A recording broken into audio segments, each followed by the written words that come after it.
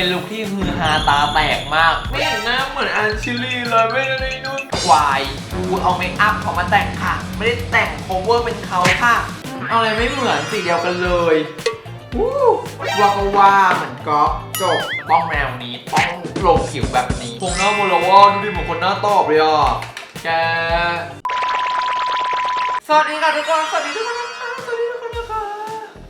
ก็ทุกคนค่ะเรากลับกันมาอยู่ในแบบว่ากล้องแบบกล้องโปร DSLR นะคะทุกคนก็จะมีความแบบว่าชัดแบบทุกรูขุมนะฮะที่ทำคลิปขึ้นมาเพราะว่าอะไรเพราะว่าตอนนี้เป็นกระแสมากๆนะคะอะไรที่เป็นกระแสตอนนี้ก็คืออันชิลีสกอตแคมมิสไทยแลนด์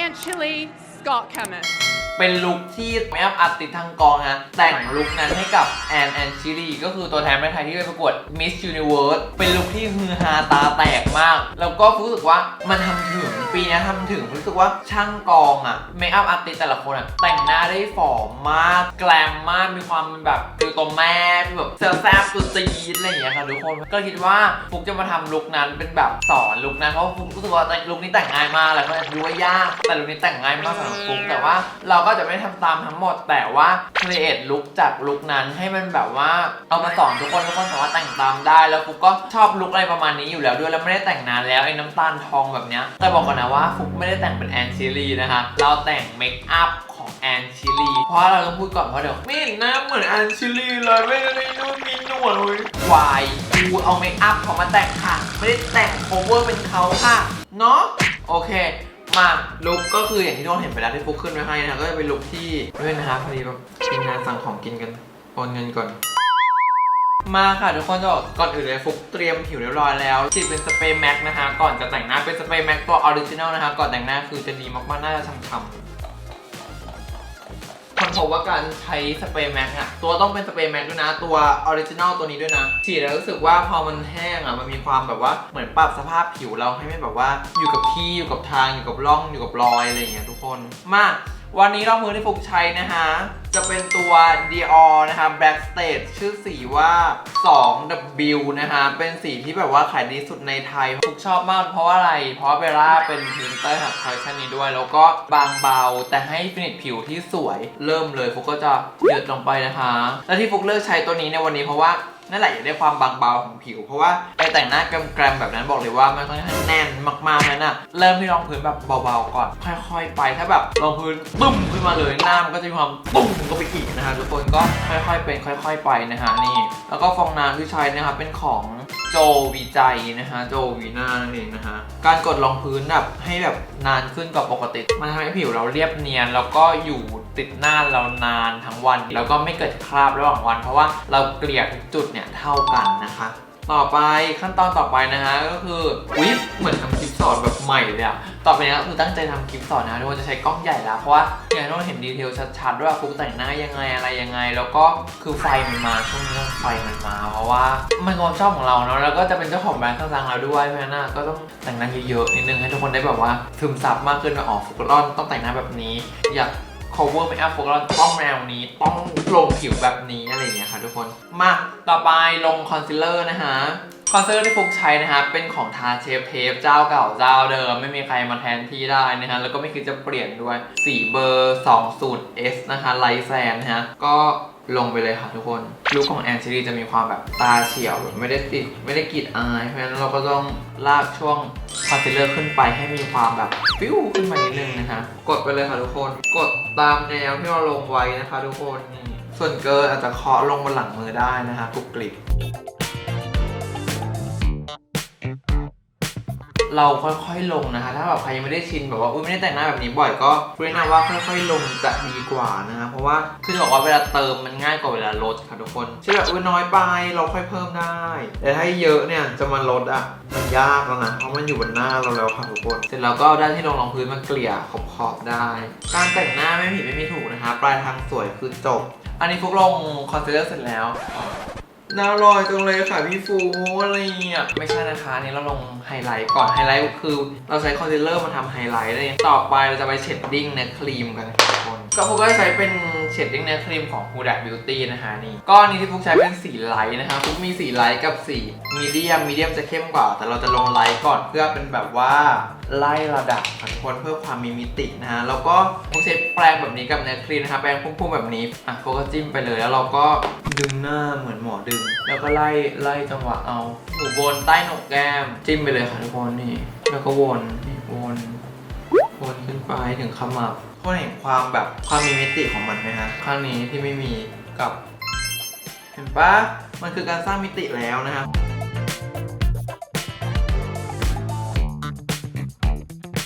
อ่ะต่อไปฟุกใช้สีเข้มนะคะก็คือสีมีเดียมให้กรอบหน้าหรือชีคโบนเราชัดมากยิ่งขึ้นนะคะเราจะเน้นแค่ตรงขอบเส้นลายที่แบบว่าจะให้เป็นชีคโบนเลยนี่ดูดิเห็นปะมันไซส์กูข้างนี้หน้าเราแบบมันถูกชุบเข้าไปนิดนึงอะไรเงี้ย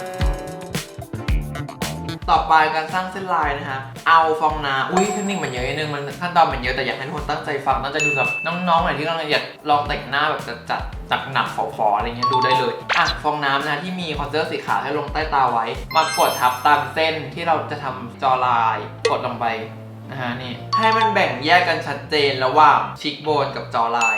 กดไปเอาที่มันเหลืออยู่ไม่ต้องเติมนะฮะเสร็จแล้วจะบอกว่าแอนชิลี่อะค่ะไม่ได้ปัดแก้มจริงๆฟุกชอบปัดแก้มชมพูนมมากๆแต่ว่าเขาเหมือนใช้สีเป็นแบบส้มๆแบบแทนๆหน่อยอะไรเงี้ยแล้วก็เลยใช้เป็นอันนี้นะฮะฟุกก็ใช้สีนี้นะคะของแบรนด์ Raffi Refine หรือ Raffi นั่นแหละในการแบบลงปัดแก้มเบาๆนะคะเพราะสีเขาจะมีความแบบนวลนิดนึงนัวนิดนึงลงแบบว่าช่วงแบบหน้าแก้มนิดนึงนะคะให้มันแบบว่ามันจะมีความประมาณเนี้ยไม่ได้ชมพูไม่ได้ส้มแต่แบบน้ำผึ้งขึ้นมานิดนึงนะคะก็สวยดีเสร็จแล้วก็ที่เหลืออยู่เกียร์คอนซีลเลอร์ค่ะแล้วสุดท้ายก่อนที่จะลงแป้งฝุ่นนะคะต่อไปลงแป้งฝุ่นกันโอ้โหคลิปนี้ละเอียดมากสอนละเอียดสุดๆแป้งฝุ่นนะใช้เป็นของ Huda Beauty นะคะสีคุณฟ้าสีนี้ก็จะมีความเหลืองๆแล้วก็จะขอลงมาแป้งพี่น้องฉัดนะคะเบอร์02นี่เรากดลงไปไงนี่ลงตาเสร็จแล้วค่ะทุกคนให้ดูผิวฟุกสวยมากๆนะคะจะบอกว่าการใช้แป้งฝุ่นหรืออะไรที่มันแบบโทนเหลืองๆเลยมีสีที่อมเหลืองๆหน่อยผิวเราจะดูแบบว่าดูผ่องดูสวยแล้วก็ยิ่งดูฝ่อนะคะอุ้ยทำไมสวยอย่างเงี้ยลงเพื่อเซตผิวทั้งหมดที่เราลงเนื้อครีมไปเมื่อกี้นะคะทุกคนให้แบบว่ามันสมูทแล้วก็พร้อมที่จะลงที่เป็นเนื้อฝุ่นทั้งหมดนะคะทุกคนนี่เกลี่ยให้เรียบร้อยเห็นไหมผิวสวยขึ้นมาเลยหลายคนบอกว่าปกติฟุกจะเบรกหน้าไม่ใช่หรอคะใช่ค่ะฟุกเลิกเบรกหน้ามาตั้งแต่มีแบรนด์ตัวเองก็คือแป้งเพราะว่าแป้งฟุกเนี่ยคือแป้งเบรกแป้งไบท์ที่สร้างมาแบบสำหรับใต้ตาเลยแต่ไม่ต้องเบรกหน้าแล้วแป้งฝุ่นเนี่ยเอาแค่มาเซตพอเพราะแป้งฟุกเนี่ยทำมาแทนการเบรกแล้วถ้าสำหรับใครที่แบบว่าอุ้ยจะแต่งสายฝอแต่หนูเบรกไม่เก่งเวลามันแห้งแล้วมันแห้งไม่เท่ากันอะไรเงี้ยแป้งฟุกค่ะไม่อยากโชว์เยอะเลยว่าไม่ใช่แพ็กเกจนี้ทุกคนนี่ก็คือไว้ลงใต้ตาให้มันป๊อปนั่นเองเดี๋ยวจะทำโค้งหน้าให้ดูเชดดิ้งวันนี้ฟุกใช้เป็นของFenty Beauty นะคะทุกคนเป็นสี Private Island ถ้าติดตามฟุกจะรู้เลยว่าฟุกชอบสีนี้มากแปรงของชีนะครับอย่างนี้มาคอนทัวร์ก่อนเลยค่ะทุกคนตามจุดที่เราเชดดิ้งเนี่ยครีมเอาไว้นะคะทุกคนนี่อุ้ยโครงหน้าโบลาวาดูดิเหมือนคนหน้าตอบเลยอ่ะแกใต้คางนิดนึงลงใต้กระดูกนะคะไม่ลงเหนือนะถ้าลงบนเนื้อเลยอ่ะมันจะเห็นเป็นเส้นน้ำตาลเพราะว่ามันไม่สวยให้ยกคอขึ้นแล้วก็ระบายข้างใต้มาค่ะทุกคนจะขออนุญาตนะคะขายแป้งตัวเองเลยพร้อมกับแปรงตัวไฟนอลแล้วนะคะตอนนี้กำลังรอผลิตอยู่นี่เป็นตัวอย่างที่ได้มาแล้วแบบตกลงที่อันนี้แล้วนะคะคือแบบเปลี่ยนหัวแปรงมา 3-4 อันแล้วก็จะได้เป็นตัวเนี้ยทุกคนแบบคือสิ่งที่ฟุกชอบคือแบบนี้ใช่ป่ะให้ดูเนี่ยแล้วฟุกรู้สึกว่ามันไม่แน่นก็เลยแบบว่าสั่งทำมาเราทำแบบไม่หัวไม่พุ่งก่อนเพราะรู้สึกว่ามันจะแบ้นี่คือหัวไม่พุ่งที่ทำมาก็รู้สึกว่ามันป้อมไปอีกมันแบบสร้างสเปซหรือแบบจังหวะคอนโทรลได้ยากก็แก้อีกแต่สุดท้ายเป็นตัวนี้แล้วที่รู้สึกว่าทุกคนดูนี่มันเข้าแบบ1 2 3 4 5 6 7 8 9 10มันเข้าจังหวะหน้าทุกอย่างได้แบบ Your World เดี๋ยวจะมาใช้ให้ดูนะคะและนี่คือเนื้อแป้งของแบรนด์ฟูเองแป้งไบท์นะฮะนี่ไม่ใช่แพ็กเกจนี้ทุกคนต้องแต่คนถามแพ็กเกจนี้เยอะมากไม่ใช่แพ็กเกจนี้นะคะนี่เป็นตัวอย่างจากโรงงานมาจะใช้ให้ดู1ข้างนี่เอาแป้งจิกไปเลยนะฮะ ใช้วิธีการกดดีกว่าการลากนะคะทุกคนนี่ของ NCT เขาจะมีลากห่างๆขึ้นไปเนาะเราก็ลากทิ้งไว้ก่อนเลยเป็นแบบจังหวะก่อนทุกคนนะคะจะบอกว่าเสียใจมากๆเมื่อกี้คือที่บอกว่าจะทำข้างซ้ายให้ดูแล้วฟุกก็ทำข้างขวาทำอะไรเสร็จปุ๊บก้มหน้ามามองอ้าวทำจำเต็มไปตอนไหนไม่รู้ก็คือฟุกลงเสร็จหมดแล้วอันนี้คือฟุกลงแป้งฟุกเองนะคะนี่แล้วก็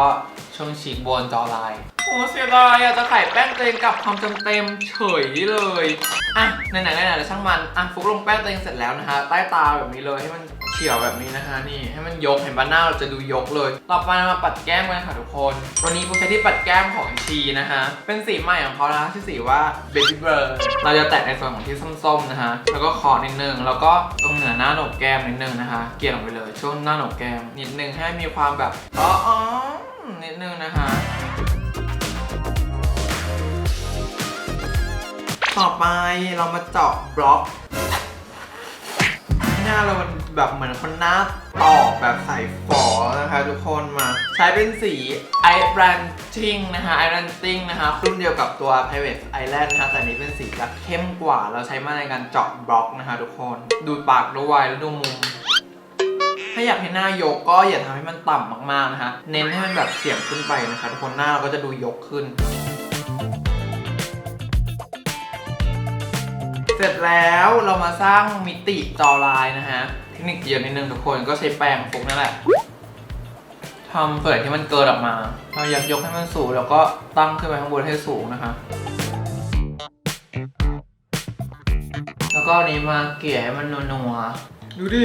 ของคนหน้าตอบสวยมากๆดูหน้าผากความแบบไฮไลท์บนหน้าผากแบบสวยมากๆนะคะดูความใต้ตาความใดๆเสร็จแล้วนี่คือในส่วนของแบบว่าการแบบสร้างมิติให้กับใบหน้ากับโครงหน้าของเรานะคะนี่สวยมากเลยอ่ะโอ้ยสวยมากเลยอ่ะแบบผสมอ่ะเนาะ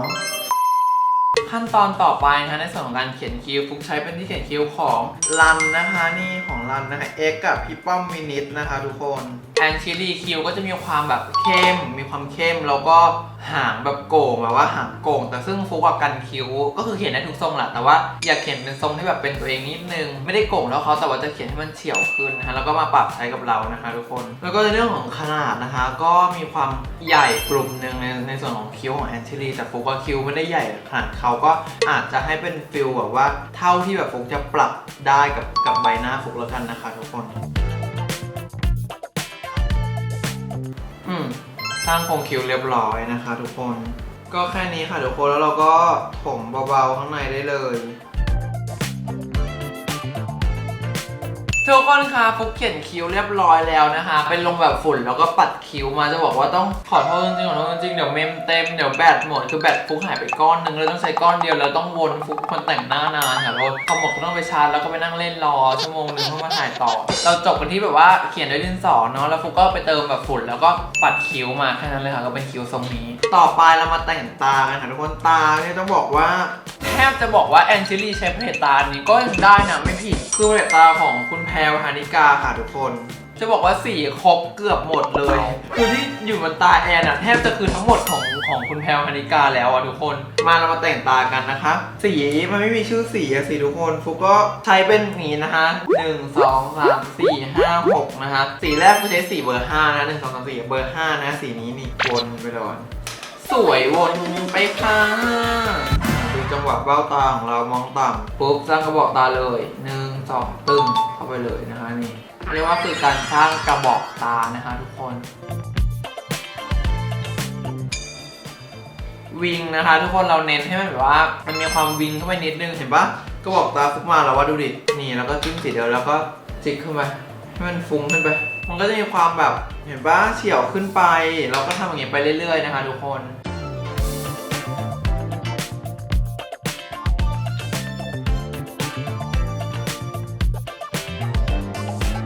รู้สึกสีเนี้ยมันสวยแล้วมันเป็นแบบกระบอกตาแล้วได้แล้วแต่แค่รู้สึกว่ามันแอบดูหม่นไปดูใจร้ายไปนิดนึงฟุกอาจจะขอเพิ่มสีสว่างขึ้นมานิดนึงให้มันแบบดูแบบอ้อยอมส้มอมสว่างนิดนึงอะไรอย่างเงี้ยไม่ใจร้ายเกินไปนะฮะฟุกขอใช้เป็นพาเลตจูเวียอันนี้นะคะนี่สีนี้เลยค่ะนี่เรามาเบรนเป็นขอบให้มันแบบมีความแบบใจดีขึ้นมานิดนึงไม่เยอะนะคะนิดเดียวเห็นไหม ไหมมีความดูแบบว่าความใจดีขึ้นนิดนึงดูเบนขึ้นนิดนึงต่อไปต่อกันที่พาเลตตาของคุณแพรวาริกาเหมือนเดิมนะคะเราจะเลือกสีบนขึ้นมาที่มีความแบบอมเทาขึ้นมานิดนึงในการไล่ช่วงกระบอกตาข้างในนะคะ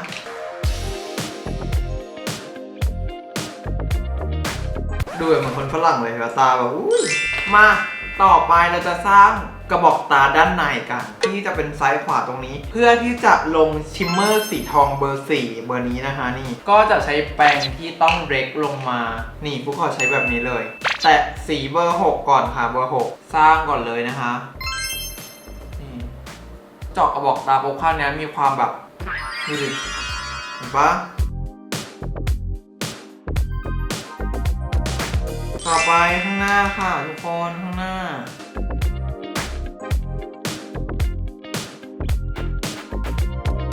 คือพวกนี้ฟุกไม่สามารถบอกได้ว่ามันต้องซ้ายขวาหน้าหลังเท่าไหร่แต่ว่ามันจะรู้ด้วยตัวเองถ้าคนแต่งหน้าประจำเราจะรู้จังหวะว่าแบบอ๋อตรงนี้ตรงนั้นตรงนั้นตรงนี้อะไรอย่างเงี้ยนิดนึงทุกคนนึกออกปะแค่นั้นจะแต่งอะไรอย่างเงี้ยแล้วมันแบบสวยเป๊ะๆอ่ะคือต้องฝึกฝนแล้วก็ทำบ่อยๆก็จะรู้จังหวะของแบบความเป็นแบบเฉวียดฉวานอะไรอย่างเงี้ยของมือตัวเองนะฮะโอเคก็ประมาณนี้เท่ากันละต่อไปใช้สีเบอร์5เบอร์เดิมนะคะลงทับขอบสี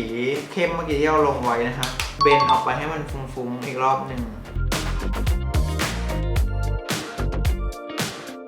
ต่อไปไม่พูดพร่ำทำเพลงนะคะลงเปิดตาสีเบอร์4ได้เลยค่ะมันคือสีที่เป็นไฮไลท์ของวันนี้เลยก็ว่าได้นะคะทุกคนตื่นเต้นเอาอะไรไม่เหมือนสีเดียวกันเลยเอาวิธีเขาใช้พาเลตตาของคุณแพรปะวะ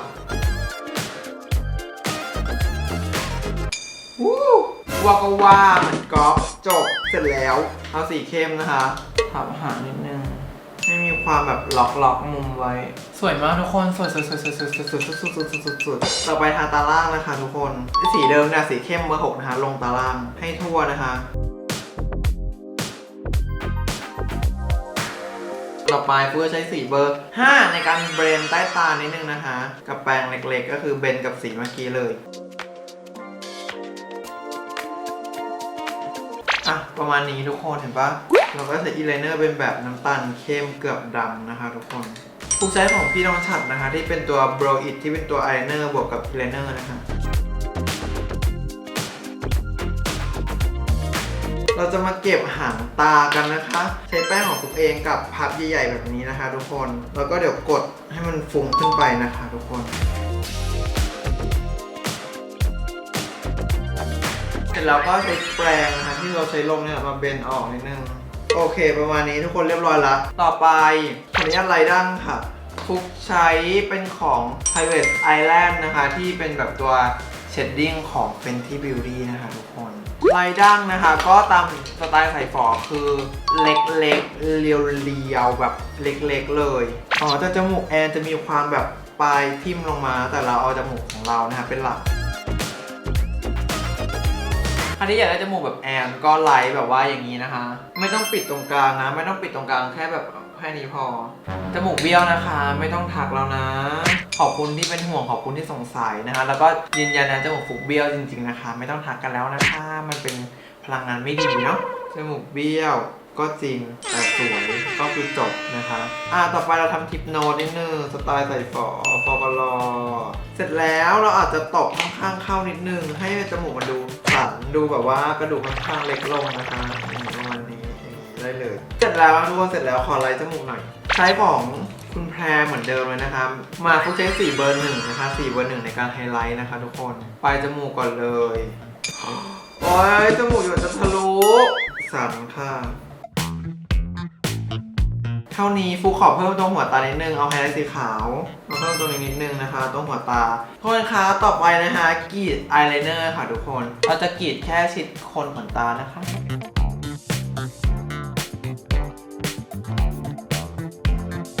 ทุกคนคะฟุกอยากฝากอะไรนิดนึงในเรื่องของแบบว่าเรียวไซส์บิวตี้อะไรอย่างเงี้ยต่างๆคือฟุกดีใจมากที่แบบว่าแอ อนชิลีมงแล้วแบบคำว่าเรียวไซส์บิวตี้ได้เกิดขึ้นแบบมากมายทำให้คนที่แบบอ้วนหรือคนที่แบบอวบไม่มั่นใจมีเนื้อไม่หนังไม่มั่นใจก็ทำให้เขามั่นใจมากขึ้นแต่ฟุกจะฝ่ายหนึ่งว่าตอนนี้พอเป็นเรียวไซส์บิวตี้ที่อยู่กับแอนชิลีอ่ะมันกลายแบบพวกก็ไปโฟกัสกับการที่แบบมีหุ่นคล้ายๆแอนหรือแบบนั้นแล้วแบบฉันเรียวไซส์บิวตี้คือมันก็ใช่ค่ะแต่อยากให้ใช้คำว่าเรียวไซส์บิวตี้กับทุกหุ่นทุกรูปร่างค่ะทุกคนเพราะว่าจริงๆแล้วคนที่ผอมมากๆอ่ะเขาก็โดนบอดี้เชมมิ่งเหมือนกันไม่ใช่ว่าเขาอยากผอมนะฮะเขาอาจจะกินเยอะแล้วมันมีหลายคนที่กินหมูกระทะกินบุฟเฟ่กินแล้วก็ตามแต่มันไม่อ้วนมันมีค่ะทุกคนเพราะฉะนั้นรู้สึกว่าคำว่าเรียลไซส์บิวตี้เนี่ยอยากให้ใช้กับทุกรูปร่างเลยว่านี่คือหุ่นของฉันหุ่นจริงๆฉันก็สวยได้ในหุ่นของฉันอยากให้ใช้กับทุกคนอยากให้คำว่าเรียลไซส์บิวตี้เนี่ยไปอยู่กับทุกรูปร่างเลยทุกคนคะตอนนี้ฟุกหนีบขนตาแล้วก็ปัดมาคาร่าเรียบร้อยแล้วนะคะปัดมาคาร่าฟุกใช้ของพี่น้องฉัดอันนี้นะคะแล้วก็วันนี้จะติดขนตาเป็นของพี่ไอตานะเบอร์เต่าเต้ยนะคะนี่เบอร์เต่าเต้ยนะคะทุกคนคะตอนนี้ก็เป็นไงขนตาเบามากไม่เคยใส่ขนตาเบาขนาดนี้มาก่อนนะคะขอปัดไฮไลท์เบาๆนะคะทุกคนเพราะว่าจะไม่ใช้เยอะมากอยากให้มันมีความแบบไม่อยากให้มันเงามากเอาแบบเบาๆพอเสร็จแล้วฉีดสเปรย์ค่ะทุกคนสเปรย์แม็กเหมือนเดิมฉีดให้ฉ่ำๆนะคะทุกคนปากวันนี้มีการเขียนขอบปากเบาๆนะรู้สึกได้ว่าเขียนเลยแหละไม่เบาเขียนขอบปากเลยแต่บอกกันแล้วว่าปากฟุกใหญ่กว่าแอนซีประมาณ3 เท่านะคะใช้ที่เขียนขอบปากเป็นของเหมยลินดานะคะ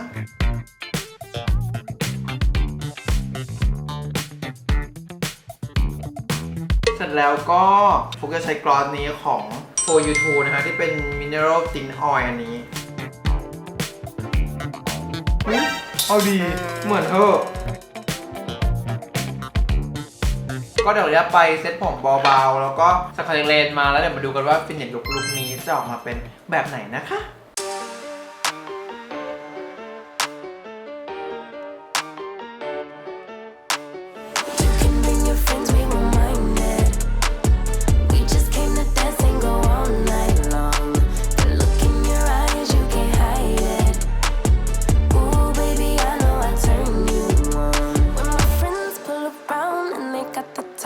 ทุกคนคะลุคนี้ก็เรียบร้อยแล้วนะคะเป็นลุคที่เคลียร์มาจากลุคของ Anne and Shirley Scott Chemist Thailand ทุกคนจะชอบลุคนี้กันนะคะลุคนี้ก็ไม่รู้ว่าช่างอะไรแต่งให้เขาก็เดี๋ยวขึ้นเครดิตเป็นรูป Anne and Shirley ไว้เนี่ยทุกคนก็จะบอกว่าลุคนี้ก็จะมีความเป็นแบบนางงามฝอๆและตีนแบบว่า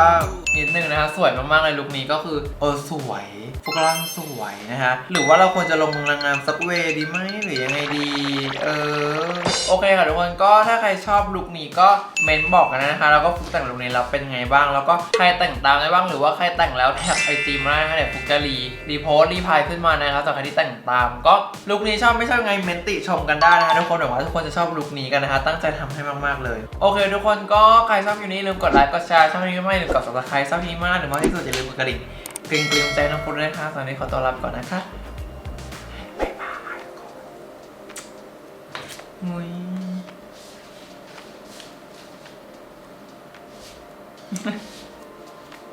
โอเคค่ะทุกคนบ๊ายบายนะคะ